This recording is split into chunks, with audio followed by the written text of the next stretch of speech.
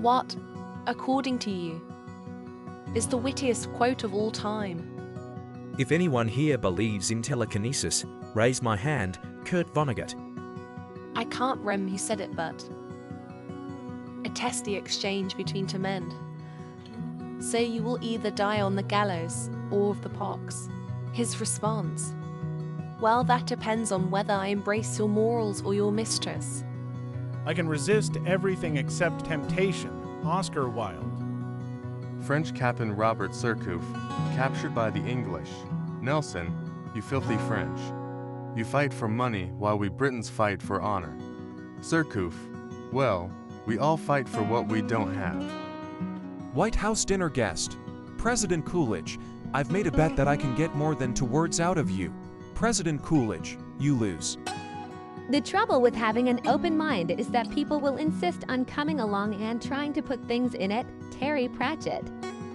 The patron saint of comedians, I forget his name, was killed by being burned alive. Reportedly, his last words were, "Turn me over, I'm done on this side."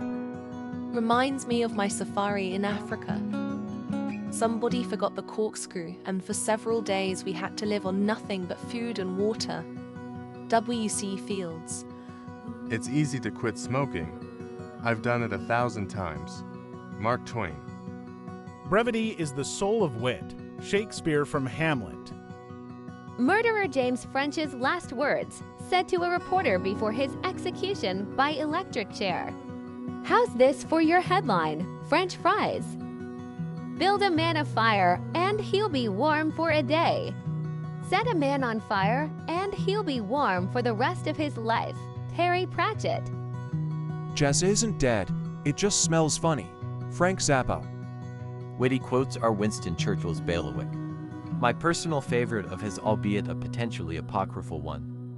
Lady Esther, who hated W.C., if I were your wife, I'd put poison in your tea.